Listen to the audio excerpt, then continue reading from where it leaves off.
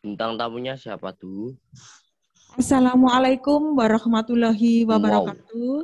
Waalaikumsalam Warahmatullahi warahmatullahi wabarakatuh. Selamat pagi anak-anakku Waalaikumsalam sekalian. warahmatullahi wabarakatuh. Melaksanakan kegiatan pondok Ramadan secara daring. Sehat semua ya anak-anak ya. Ya, pada hari ini kesempatan pagi ini merupakan hari yang sangat indah sekali dan saya sebagai guru SMP Negeri 5 Madiun yang lama tidak ketemu dengan anak-anak merasakan rasa yang sangat bersyukur sekali bisa bertemu kepada anak-anak terhadap anak-anak walaupun secara daring. Oke anak-anak, pada pagi hari ini kegiatan Pondok Ramadan materi yang akan disampaikan adalah tentang puasa ya Pak Imam ya? Iya, betul, puasa. Ini pada pagi hari ini dialog interaktif. Saya perkenalkan dulu, anak-anak sudah paham ya siapa guru agama kita yang handal ini di sebelah kiri saya. Handal. Beliau adalah Bapak Imam Muslimin SPDI, pengajar guru agama Islam untuk kelas 7, kelas 8, kelas 8 dan 9. Bagi anak-anak kelas 7 mungkin belum begitu paham ya, siapa sih sebetulnya Bapak Imam itu? Nah inilah beliau ya, yang sangat Guru saya tercinta. Pendidikan agama Islam. Nah pada kesempatan hari ini, anak-anak nanti bisa bertanya, Waalaikumsalam warahmatullahi informasi terhadap Pak Imam, bagaimana toh puasa itu, apa yang membatalkan puasa, dan bagaimana kita menyikapi dan kita melaksanakan kegiatan puasa ini supaya mendapatkan barokah dari Allah Subhanahu wa Ta'ala. Nah, tidak panjang lebar, Bu Rita menyampaikan, langsung saja. Selamat pagi Pak Imam. Selamat pagi Bu Rita. Hari ini menyampaikan bab puasa ya Pak Imam ya. Bab puasa seperti yang dilakukan oleh anak-anak dan kita pada hari ini. Ya, mungkin bisa disampaikan Pak Imam bagaimana puasa itu seperti apa, harusnya seperti apa, ya, gitu. Biar anak-anak tahu. Monggo Pak Imam. Ya, Assalamualaikum warahmatullahi wabarakatuh. Selamat pagi, salam sejahtera buat kita semua anak-anak. Semoga kalian senantiasa diberikan kemudahan, diberikan kesehatan oleh Allah. Nah itu yang terpenting Bu Rita, bahwasannya sehat itu adalah segala-galanya. Gitu. Tapi di samping sehat itu harus ada iman. Nah, gitu. Iya. Ada yang paling utama ya Pak Imam ya. Gitu. Kadang kita sehat tetapi kita tidak punya iman sehingga kita tidak bisa melakukan ibadah kepada Allah Subhanahu wa Ta'ala. Seperti puasa pada bulan ini gitu. Mungkin banyak kita melihat orang-orang itu pada sehat, kuat, bisa jalan, bisa lari-lari sana kemari gitu. Tetapi kok dia tidak puasa. Nah, berarti tandanya dia tidak iman atau tidak mempunyai iman. Nah, di sini kita akan membahas tuntas anak-anak bahwasannya bagaimana sejatinya puasa itu. Puasa itu apa? Kemudian ketentuan-ketentuan puasa mulai dari rukun, syarat, kemudian hal-hal yang membatalkan puasa, hal-hal yang membatalkan pahalanya puasa, seperti itu.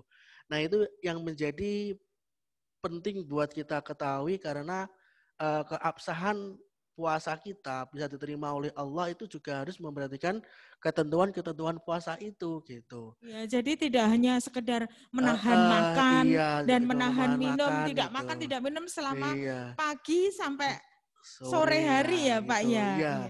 Tidak cuma itu aja berita, bahwasanya itu juga perlu diketahui juga bagaimana syarat-syaratnya, hal-hal apa yang harus dihindari gitu. Terus kemudian kita nanti juga akan membahas tentang keistimewaan bulan suci Ramadan gitu. Kita langsung saja pada poin pertama, anak-anak, apa toh itu puasa gitu. Puasa menurut bahasa itu adalah menahan anak-anak. Jadi menahan. Kalau menurut istilah syariat agama Islam, puasa Ramadan itu adalah menahan diri dari lapar dan dahaga, mulai dari terbitnya fajar sampai terbenamnya matahari. Kalau terbitnya fajar berarti ditandai dengan waktunya subuh. Nah itu sudah terbitnya fajar.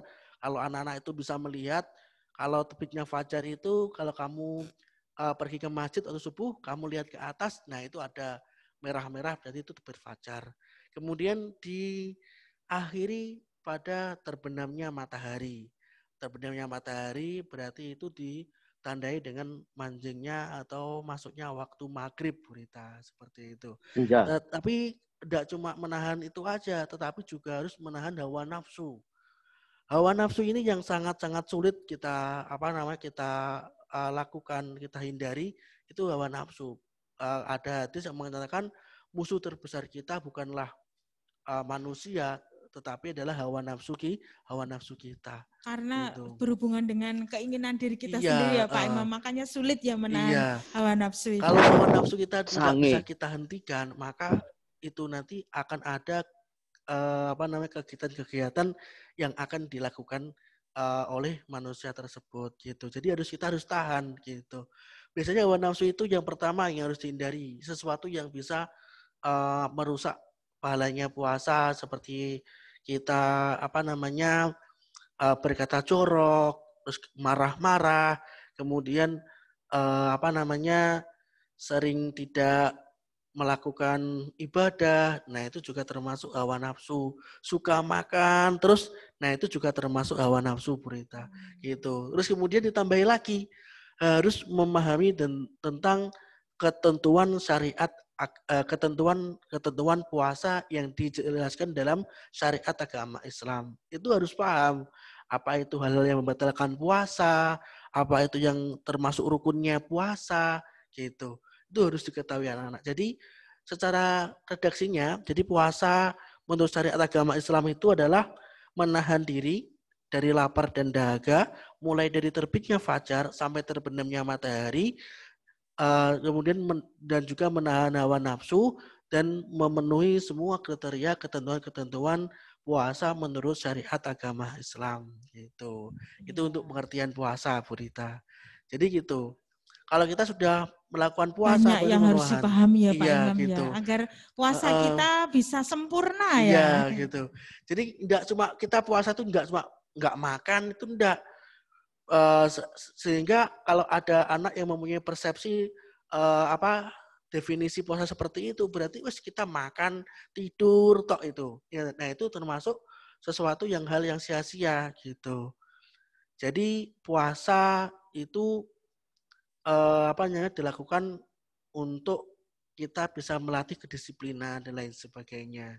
Itu yang dinamakan puasa. Terus kemudian kita masuk pada dalilnya. Nah, dalil ini adalah ketentuan dasar terkuat dari kita untuk melakukan puasa, anak-anak. Jadi hukumnya itu apa? Apa yang menjadi dasarnya? Seperti yang terkandung dalam surat Al-Baqarah ayat 200 berapa ya? Ayat 183. Di situ ada ayat 183 yang berbunyi, Ya ayyuhalladzina amanu kutiba alaikumus siyamu kama kutiba alal ladzina min qablikum la'allakum tattaqun. Nah, di situ ada ya ayyuhalladzina amanu. Nah, kita lihat dari situ. Artinya, hai orang-orang yang beriman. Nah, kenapa kok enggak ya ayyuhalladzina muslimu? Enggak orang-orang yang Islam, tidak. Tetapi yang kita ajak adalah orang-orang yang beriman. Gitu. Jadi otomatis kalau kamu berpuasa, berarti kamu itu termasuk orang yang beriman, Burita, gitu. Iya. Enggak semua orang Islam itu berpuasa, tetapi kalau orang yang beriman itu pasti puasa. Gitu. Ya. Jadi tingkatannya itu seperti itu. Nah, kalau orang itu sudah beriman, maka itu akan menjadi salah satu faktor utama kita mendapatkan syafaat Rasulullah ketika kita nanti masuk dalam neraka gitu. Karena ada suatu cerita gini, ketika beliau baginda Nabi Muhammad SAW itu meninggal dunia, beliau menyebutkan ummati gitu sampai 3 kali. Nah, itu doa Rasulullah kepada umat-umatnya agar umat-umatnya itu dijauhkan dari api neraka. Sehingga ketika Nabi Muhammad sedo, nah itu dikabulkan oleh Allah. Dari ribuan nabi yang diciptakan oleh Allah, hanya satu nabi yang bisa mensyafaati atau bisa menolong kita, yakni adalah Nabi Muhammad Shallallahu Alaihi Wasallam. Itu nabi kita, anak-anak. Nabi kita harus bisa memanfaatkannya, gitu. Nah, bagaimana agar kita agar mendapatkan pertolongan dari nabi, tidak masuk ke neraka tapi masuk ke surga? Kita harus mempunyai iman, gitu. Nah, ada keterangan dalam kitab itu seperti ini. Nanti Nabi Muhammad itu akan masuk ke dalam neraka paling terakhir sebelum semua dari umat-umatnya itu masuk ke dalam surga. Nah, gitu. Nah, kok itu sudah di neraka, kok masih ada umatnya Nabi Muhammad? Maka Nabi Muhammad itu tidak akan masuk surga. Tapi menunggu umatnya itu semuanya masuk surga. Gitu. Nah, dicarilah di situ di dalam neraka itu umatnya Nabi Muhammad ada atau tidak. Gitu. Nah, padahal sudah dicari berkali-kali, kok Nabi Muhammad masih merasa ada umatnya di situ. Kemudian oleh malaikat Malik itu ceritanya diambil lagi, dicari lagi. Ternyata ada satu umatnya Nabi yang masih berdetak jantungnya itu kecil sangat dan itu masih mempunyai iman. Nah, itu gambarannya anak-anak bahwa sekecil apapun iman itu akan dihargai atau akan mendapatkan syafaat dari Nabi Muhammad. Amin. Sallallahu alaihi wasallam. Semoga jadi beruntung sekali ya Pak Iya. Imam kalau kita selama hidup di dunia mempunyai iman ya. Iya, Nanti punya insya iman. Allah semua bakalan masuk ke surga ya. Iya, amin. Itu adalah harapan kita semuanya. Akan tetapi kan juga harus berupaya ketika di dunia, kita harus berupaya terus untuk mencari jalannya surga itu di mana. Kata orang-orang dulu Pak Imam, kalau saya dengar itu jalan surga itu mudah dan murah. Tapi jalan dunia itu mahal. Tapi justru orang mudah mencari, justru yang dicari itu jalan dunia yang penuh kemaksiatan itu. Iya, kemaksiatan itu mahal, dan mendapat dosa lagi ya gitu. Iya, iya. Mudah-mudahan anak didik kita semuanya menjadi manusia yang beriman ya Pak Imam ya. Amin, amin. Oke Pak Imam, sebelum dilanjutkan, saya ingin menyapa anak-anak dulu. Anak-anak mohon semuanya di-unmute, dihidupkan, diaktifkan. Ayo kita yel-yel. Pondok Ramadan SMP Negeri 5 Madiun, insya Allah berkah. Bagaimana anak-anak bisa mendengar suara berita? Iya. Ya, bisa Bu. Bisa Bu. Bisa Bu. Pondok Ramadan SMP Negeri 5 Madiun, insya Allah berkah. Oke, bisa dilanjut Pak Imam, monggo. Amin. Ya, anak-anak ini pada mandi belum ini, guys? Di kamar. Anak-anak sudah enakan di rumah terus ya Pak. Semoga puasanya utuh. Belum mandi besar Pak. Amin. Tidak keluar rumah, semoga puasanya utuh. Gitu. Karena biar mendapat iman itu tadi loh anak-anak ya. Kalau orang itu sudah iman, maka tujuannya adalah apa? La'allakum tatakun, menjadi orang yang takwa. Kalau orang itu sudah takwa, berarti dia sudah menjadi salah satu penghuninya surga. Amin. Ya Rabbal Alamin. Nah, takwa itu apa, Pak? Takwa itu adalah apa? Orang yang takut kepada Allah. Orang yang takut kepada Allah sehingga dia melakukan apa yang diperintahkan oleh Allah dan menjauhi segala larangan-larangan Allah. Itu yang dikatakan namanya takwa. Nah, gitu. Kalau orang itu sudah iman, pasti dia menujunya akan kepada takwa. Tetapi kalau orang itu enggak iman, ya enggak takwa, enggak takut, enggak mau melakukan ibadah gitu. Contohnya, kalau anak itu enggak mau sholat, pasti enggak punya iman dia gitu. Kalau enggak punya iman berarti enggak mau sholat, juga pasti tidak mau meninggalkan segala larangannya gitu. Maka dari itu kita pupuk keimanan kita kepada diri kita sejak dini, anak-anak itu yang terpenting gitu. Apalagi untuk anak-anak itu yang paling sulit itu Pak Imam. kalau saya melihat, karena saya melihat anak saya sendiri ya, Iya. pada waktu kecil itu paling sulit kalau dibangunkan Iya itu. untuk sholat Sholat. subuh. Ya. Iya. Ya alhamdulillah bisa melaksanakan sholat subuh, Iya. tapi membangunkannya dengan Iya. sekuat tenaga. Ya mungkin mudah-mudahan anak-anak kita tidak seperti itu ya Pak Imam Amin, ya. amin, amin. Itu memang banyak, kalau orang itu mau melaksanakan suatu hal kebaikan, banyak sekali setan-setan yang mengganggu.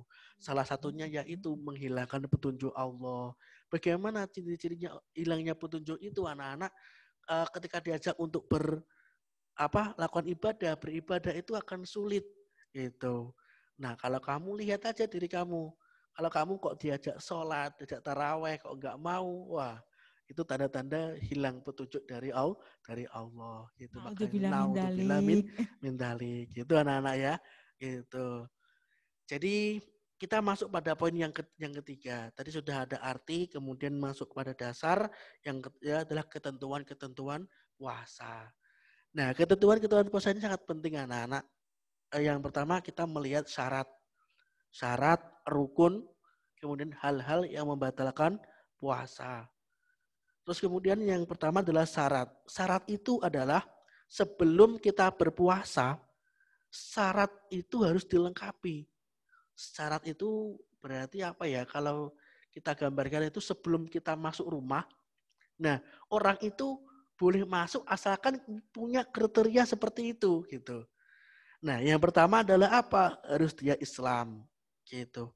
Boleh berpuasa asalkan Islam, berakal sehat. Terus yang terakhir adalah mampu berpuasa. Itu syarat wajibnya. Mampu dikatakan di sini adalah mampu tidak sakit, mampu bisa menahan diri dari lapar dan dahaga. Saya yakin semuanya kan pengen sehat toh. Kalau semuanya pengen sehat berarti agar kita dikatakan mampu berarti kita harus berpuasa. Ojo sampai kita sehat tapi tidak berpuasa, berarti dia tidak mampu secara dohir. Tapi secara batin maksud saya. Tapi secara dohirnya dia kuat, tapi batinnya tidak kuat. Nah itu yang menjadi salah satu faktor iman itu sedang turun. Gitu. Kalau untuk ketentuan umur apakah ada Pak Imam? Ya. Kalau umur, mohon dijelaskan sedikit ya. Kalau umur di sini masuk pada syarat sah gitu. Jadi masuk syarat itu syarat wajib ya. Syarat sahnya syarat sah yang pertama adalah Islam, kemudian balik. Balik di sini adalah orang kalau kita ngomong balik itu kalau laki-laki sama perempuan berbeda berita. Iya. Kalau baliknya perempuan itu keluarnya darah haid. Nah, kalau ada anak yang masih SD, kelas 5 SD kok itu sudah keluar darah haid atau menstruasi, berarti itu sudah dikatakan balik. Berarti dikenakan wajib puasa ya, wajib Pak? Berpuasa. Kelas 5 SD itu. Nah, kamu sudah berapa itu gitu.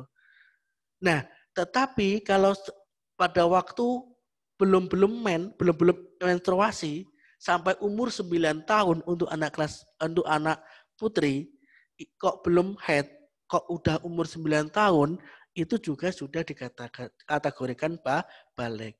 Itu untuk perempuan. Tapi kalau untuk laki-laki, nah laki-laki bisa dikatakan balik jika anak itu sudah mengeluarkan sperma. Baik secara disengaja maupun tidak disengaja. Gitu. Nah, terus kemudian kalau tidak keluar-keluar Pak, sampai umur berapa kira-kira? Sampai umur 15 tahun. Itu dikategorikan balik. Tetapi ada yang dikategorikan dalam kitab lain disebutkan bahwasanya ketika anak kok sudah umur 10 tahun kok belum dia sholat, maka orang tuanya wajib untuk memukulnya. Berarti itu sudah tanda masuk pada balik gitu. Dan berita. Harus wajib dan ya. Harus itu. Tidak bisa ditawar kalau wajib itu Pak Imam ya. Terus harus wajib itu ora iso ora kudu. Nah, gitu. Kalau tidak melaksanakan berarti kena dosa ya. Iya, kalau nggak melaksanakan pasti akan dosa. Anak-anak dosa itu nggak terasa tapi sering kita lakukan. Maka dari itu kalau kita sudah tahu dosa yang nggak usah dilakukan, biar kita bisa meminimalisir perbuatan dosa gitu. Itu syarat sahnya itu anak-anak gitu. Terus masuk ke rukun Bu Rita. Rukunnya puasa ini ada 2.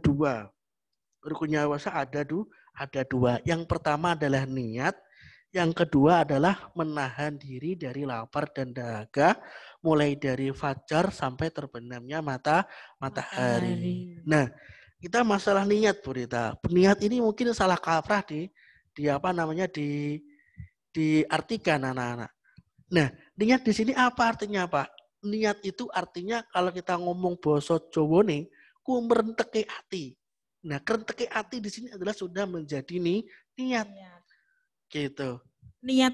Punya niat saja sudah dapat pahala ya Pak Imam niat ya. Saja sudah dapat pahala. Itu sudah dicatat oleh Allah. Kalau melakukan, tambah pahalanya tambah banyak. Iya, Bu Rita, betul sekali. Kalau semama kita aku soal poso semama. Terus kemudian itu sudah dicatat oleh Allah, itu adalah perkara yang baik gitu. Meskipun besok kalau enggak puasa sakit karena apa, itu tergantung dari Allah. Maka itu sudah terkategorikan tercatat amal baik untuk melaksanakan puasa itu. Nah, kalau puasa Ramadan ini dilakukan kan puasa wajib ya anak-anak ya, itu ketentuannya harus dibaca sebelum subuh. Niatnya. Ada ada madhab yang mengatakan gini, niatnya sholat Ramadan itu harus dimalamkan. Dibaca sebelum subuh. Ya subuh itu. Tapi ada ketentuan lain tuh gini, niat Ramadan itu harus dibaca diinep nih, di malam harikan. Maksudnya ya, ditunda sampai malam hari. Jadi dibaca waktu tarawih atau sebelum tidur gitu.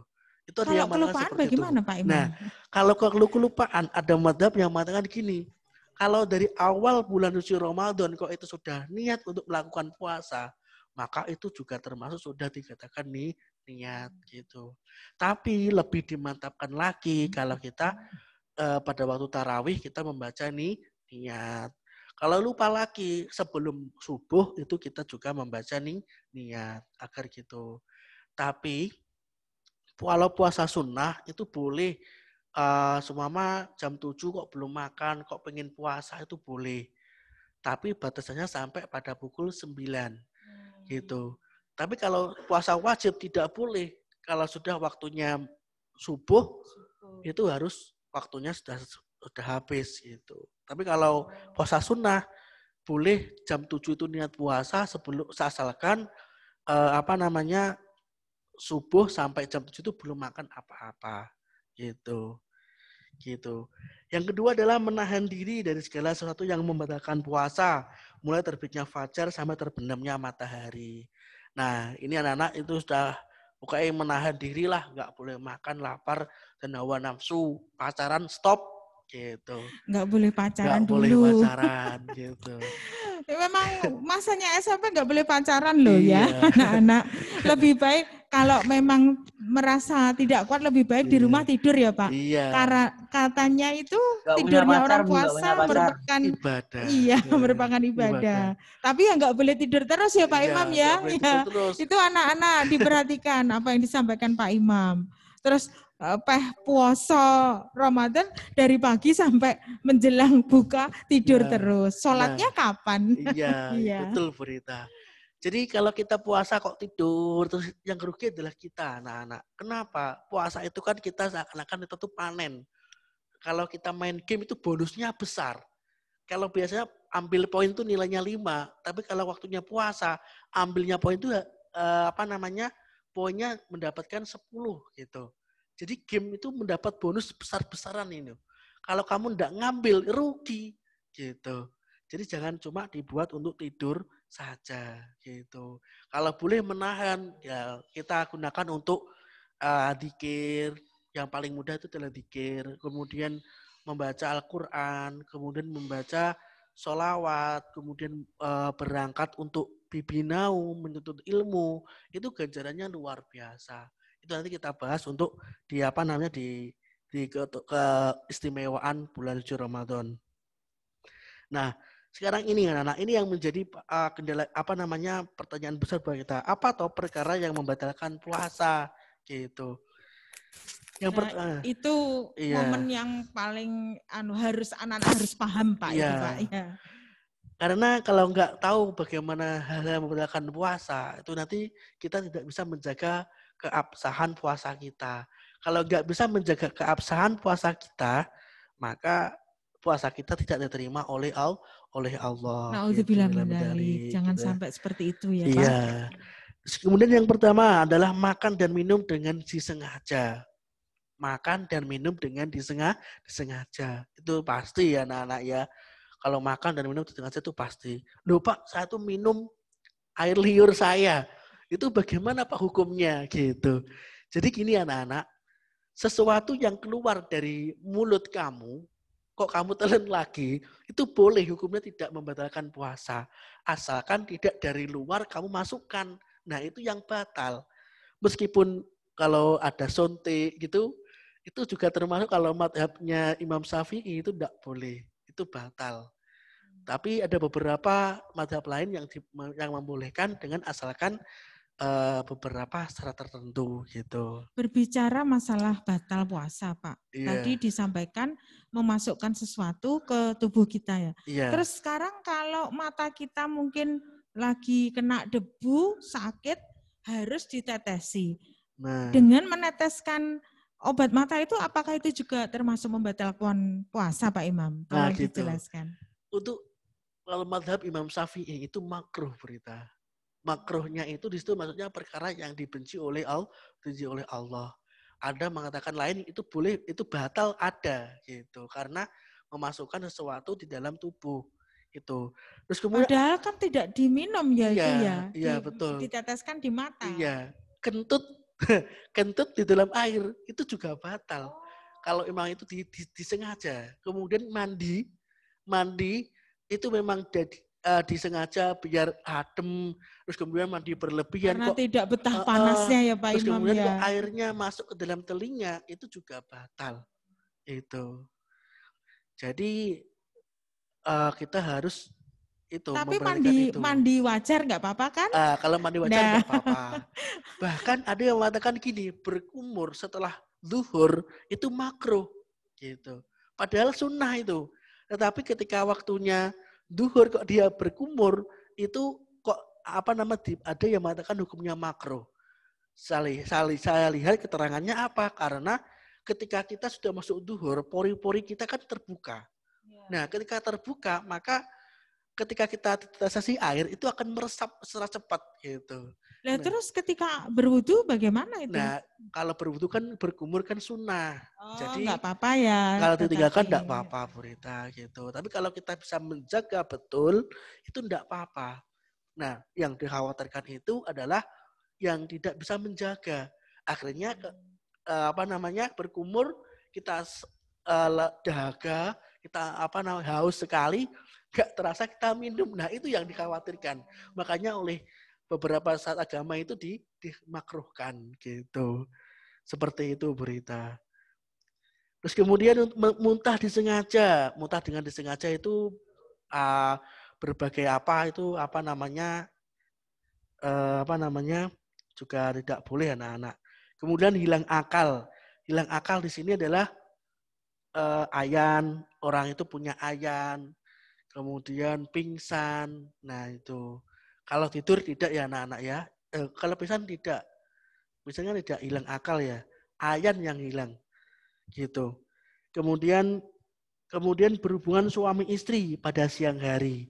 Itu juga tidak boleh. Terus kemudian keluarnya haid atau nifas. Nah, keluarnya haid itu sangat sering-sering kita cek untuk anak perempuan. Kalau kita melihat kalau kita anak perempuan itu kalau sebelum maghrib kok sudah keluar, maka itu ya batal puasanya. Kok 5 menit kok keluar darah menstruasinya, ya batal gitu. Kemudian kira keluar sperma dengan disengaja. Kalau tidur kok keluar sperma, berarti itu tidak batal. Tapi yang batal itu adalah keluar sperma dengan disengaja. Itu adalah batal. Ya, anak-anak wajib mengetahui itu karena anak-anak sudah dewasa semua ya Pak Imam ya. Itu. Terus kemudian di samping itu adalah membatalkan secara syariat anak-anak. Ada yang membatalkan secara pahala. Nah, yang pahalanya itu tidak diterima itu ketika anak itu sering melakukan perbuatan dosa seperti berbicara yang tidak ada gunanya, menggunjing, berbicara kotor, melihat sesuatu yang menimbulkan kemaksiatan, berpacaran. Nah itu. Makanya kalau puasa itu harus pacaran putus tuh ya gitu. Kok kamu sudah niatan berpacaran, kamu memulai untuk melaksanakan dosa gitu. Karena apa? Karena ya kalau puasa identik dengan kemaksiatan, identik dengan zina. Sebetulnya pacaran itu yang dilarang adalah kelakuannya anak-anak. Kelakuannya yang mendekati zina. Makanya itu dilarang oleh agama gitu. Jadi, tapi lebih baik memang selama kita anak-anak masih sekolah itu yang harus dilakukan adalah mencari ilmu dan menjaga keimanan kita, keimanan anak-anak ya Pak Imam ya. Betul, supaya nanti ketika sudah dewasa karakternya kan sudah terbentuk, pondasinya sudah kuat, dapat menjadi semua kan menjadi calon imam untuk keluarganya masing-masing.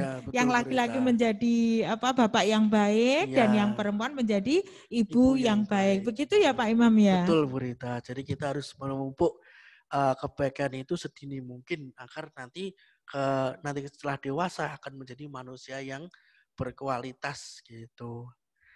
Nah, ini yang yang tadi yang terakhir adalah kita harus tahu keistimewaan bulan puasa itu seperti apa. Mungkin kalau kita membahas keistimewaan bulan puasa 1 jam tidak nuntut, bahkan 1 hari kita tidak nuntut anak-anak. Saking banyaknya ya Pak Imam ya. Gitu. Berarti menandakan kalau bulan puasa itu merupakan bulan yang penuh rahmat ya. Iya, bulan yang penuh rahmat, bulan yang penuh maghfirah, penuh ampunan juga. Penuh ampunan juga gitu. Jadi kalau kita tidak melakukannya itu sangat-sangat rugi sekali. Itu umum kita sehat loh ya Bu Rita ya. Iya, kita tidak tahu. Nanti sampai umur berapa kita hidup di dunia. Kalau kita kita juga tidak tahu apakah ini bulan Ramadan terakhir buat di kita juga tidak akan tahu. Mudah-mudahan masih ketemu bulan Ramadan di bulan yang selanjutnya gitu, Pak Imam. Ya. Karena manusia itu kan tempatnya khilaf ya Pak Imam ya. Betul Bu Rita. Tapi untuk untuk kata-kata semangat itu untuk ibadah itu kata-kata pepatahnya beribadahlah kamu seakan-akan besok kamu akan mati. Itu adalah kata-kata bijak atau kata motivasi untuk selalu beribadah kepada Allah. Jadi mumpung kita punya kesempatan ya ayo kita melakukan suatu kebaikan yang banyak anak-anak seperti itu. Nah, salah satu keistimewaannya kalau kita membaca Al-Quran anak-anak, 1 kali huruf itu sudah diganjar 10 kebaikan. Subhanallah. Nah, itu cuma 1 huruf saja. Seperti lafaz Bismillahirrahmanirrahim. Ada berapa? Dihitung. Ada berapa? Kok saya lupa? 17 atau 14 ya? Nah, ada seperti itu, saya lupa. Kita ada 19 huruf atau 17 huruf. Itu. Nah, itu 17 huruf Bismillahirrahmanirrahim. Kami hitung ba, sin, mim, kemudian alif, lam jalalah ada 3, kemudian ha, alif, lam, ro, kemudian ha, mim, nun, alif, lam, ro, kemudian ha, mim. Berapa Bungsan? 14 huruf anak-anak ternyata gitu. Jadi itu damai sekali. Cuma lafaz Bismillahirrahmanirrahim. Makanya kalau kamu sehabis sholat, walaupun 1 ayat kamu harus baca. Enggak cuman membaca kul huwa aja enggak apa-apa gitu. Kul huwallahu ahad, Allahus samadu lam yalid walam yulad. Itu sudah diganjar oleh Allah gitu. Jadi jangan sampai enggak pernah untuk membaca Al-Qur'an. Apalagi mau mempelajari Al-Qur'an Iya. dan bisa khatam dalam bulan Ramadan ya Pak Iya. Imam ya. Makanya ini kan Sungguh ada mulia sekali. ada program dari kami khatam 1000 Al-Qur'an itu kan gitu. Kita upayakan anak-anak bisa membaca Al-Qur'an gitu. Terus kemudian yang saya bahas lagi keistimewaannya adalah gini anak-anak. Ada hadis yang mengatakan artinya gini. Barang siapa yang senang dengan datangnya bulan suci Ramadan, maka Allah itu mengharamkan jasadnya masuk ke dalam neraka. Subhanallah. Jadi kalau orang itu wis seneng tok lah padahal. Seneng, wah arep poso rek, seneng. Terus kita bersih-bersih rumah, menata niat, menata hati. Terus kemudian kita mau planning rencana bagaimana untuk berpuasa, itu sudah termasuk pahalanya luar biasa. Jasadnya diharamkan oleh Allah untuk masuk ke dalam neraka. Oke. Mungkin itu waktunya sudah hampir habis ini. Mungkin sesi tanya jawab.